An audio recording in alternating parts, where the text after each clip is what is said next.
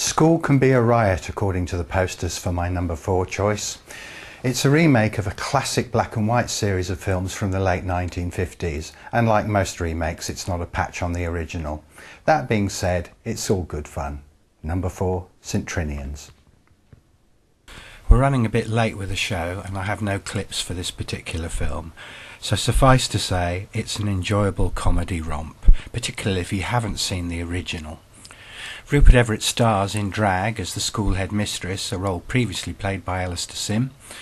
Colin Firth plays an education minister, and Russell Brand plays the shark who's in cahoots with the girls and helps arrange the robbery.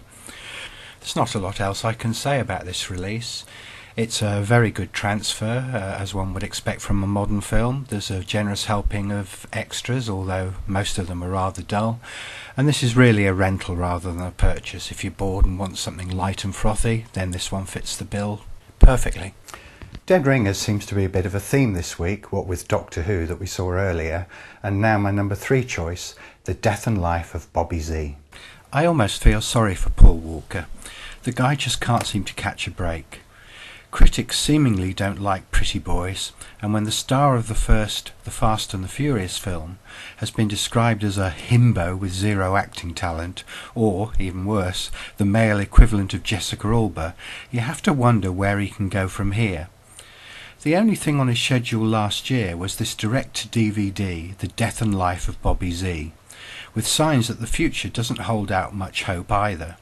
For 2008, the actor has to face a humiliating return to the Fast and the Furious franchise that is well past its sell-by date, having wisely walked away when the second in the series was first green-lit. To be honest, I think comparisons with Jessica Alba are unfair. Although watching Walker as a prison inmate with long blonde hair in the first 15 minutes of this film, I can see why the two might get confused. And one can't help wondering if Walker will ever accept a film part that doesn't require him to show off his half-naked body inside the first 10 minutes. But he's a better actor than he's given credit for, albeit one who seems to have fallen into the rut of always choosing the same character to play, that of a bad guy caught up in a world of violence who's just waiting for an opportunity to show that underneath the surface he's really one of the good guys.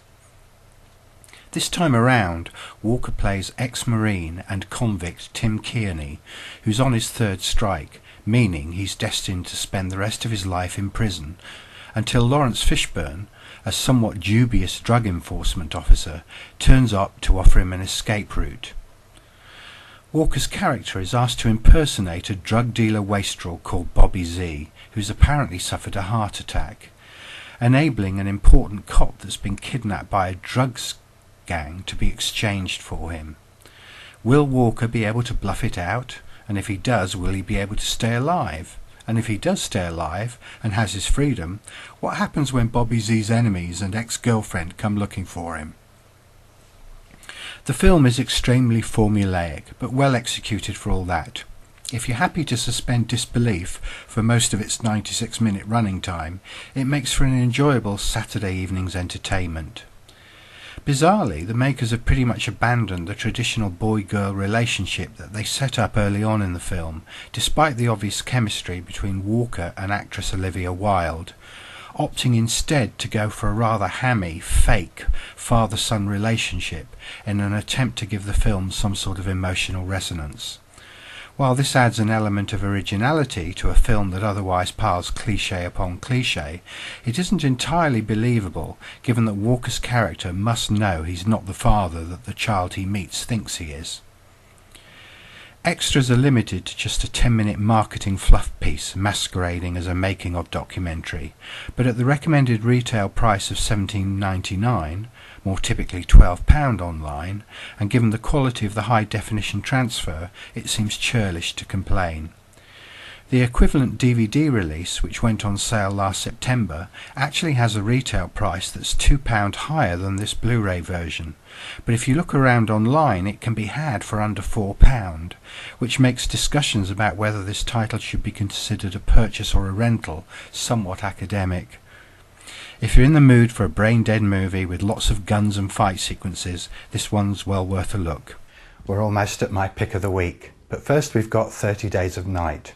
Is it, as Free Sheet London Light says, the best vampire film in decades? Let's find out. Hard Candy, the debut film from director David Slade, was my DVD of the year for 2006, so I initially had very high hopes for his second feature, 30 Days of Night. This is a film based on the award-winning comic book series of the same name, which tells the tale of a group of folk trapped in the Arctic town of Barrow with marauding vampires on the loose, just as the town enters a month-long period with no daylight.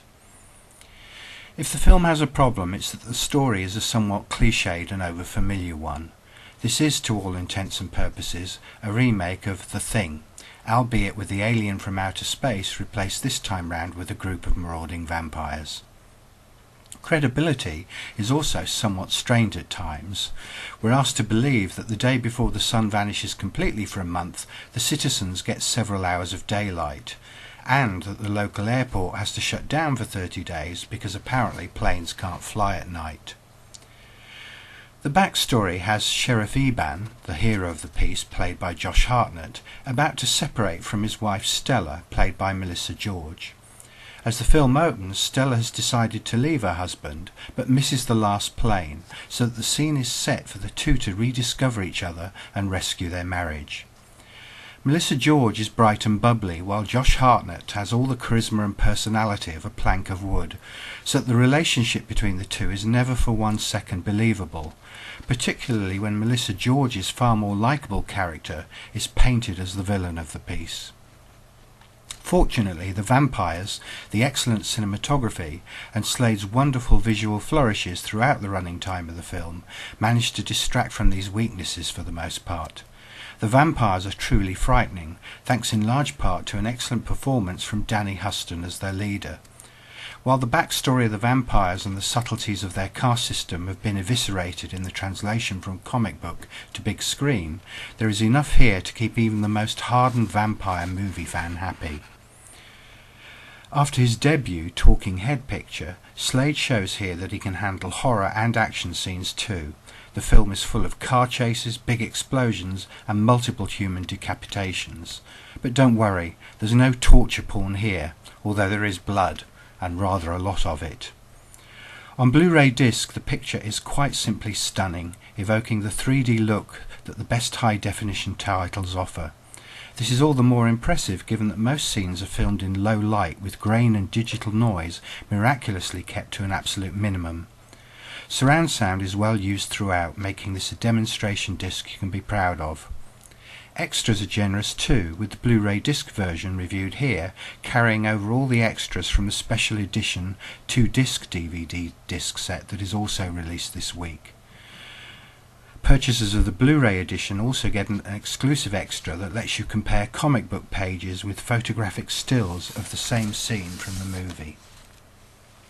The 50-minute making of, split into 8 different featurettes, is a day-by-day video diary from pre-production through to the final day of shooting, rather than the marketing fluff one usually gets. 30 Days of Night is available as a 2-disc DVD special edition, available online for around £12, or on Blu-ray high-definition disc for around £17 online. If you are a high-def viewer, I tend more to the purchase than rental side of things for this title, as I suspect this is a disc that you'll be wanting to play more than once, and it serves as a good reference disc for the Blu-ray format.